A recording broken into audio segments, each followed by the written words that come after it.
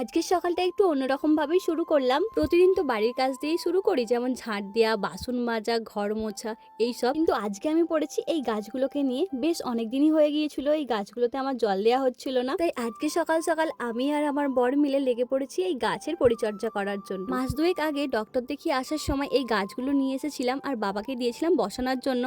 বাবা এমন জায়গায় গাছগুলো বসিয়েছিল যে সেখানে রোদই পাচ্ছিল না ভালোভাবে, তাই এগুলো কিন্তু তুলে আবার নতুন করে বসানো হলো। বাড়ির সমস্ত কাজ সেরে সকালের খাওয়া দাওয়ার পর এখানে কিন্তু আমি দুপুরের জন্য রান্না বসিয়ে দিয়েছি। আজকে সবার জন্য আমি রান্না করছি ডাল, বেগুন ভাজা, তার সঙ্গে ফুলকপির একটা তরকারি। আর জানো তো, যখনই আমাদের বাড়িতে চিকেন আনা হয় আমি চেষ্টা করি এই সলিড পিসগুলো বেছে রেখে দেওয়ার, কারণ এইগুলো রান্নার পর কেউ খেতে চায় না। দুদিন আগেই আমাদের বাড়িতে চিকেন নিয়ে আসা হয়েছিল, তখনই আমি মাংসগুলো তুলে রেখেছিলাম। আর আজকে ঠিক হয়েছে রাতে একটু পিঠে হবে, তাই কিন্তু আমি এখনই এই চিকেনগুলোকে নুন, হলুদ, লঙ্কা মাখিয়ে ভেজে রেখে দিলাম। আর এইরকম ভাবে মাংস ভেজে খেতে আমার কিন্তু খুবই ভালো লাগে। আর মা কিন্তু সকালেই চালগুলো ভিজিয়ে রেখে দিয়েছিল, আর খাওয়া দাওয়ার পর আমি এগুলো এখন মিক্সিতে ভালো করে পেস্ট করে নিচ্ছি পিঠে করার জন্য, কারণ আজকে আমাদের হবে একটু সরু চাগলি পিঠে। আর দেখো এখানে কতটা মিহি হয়েছে। আর এইরকম ভাবে মিক্সিতে পেস্ট করে পিঠে বানালে পিঠেগুলো কিন্তু নরম হয় আর খেতেও দুর্দান্ত লাগে। আর পিঠেগুলো মা কিন্তু উনুনে বানিয়েছিল, সেখানে গিয়ে আমার ভিডিও করা সম্ভব হয়নি, তাই তোমাদের সঙ্গে শেয়ার করতেও পারলাম না।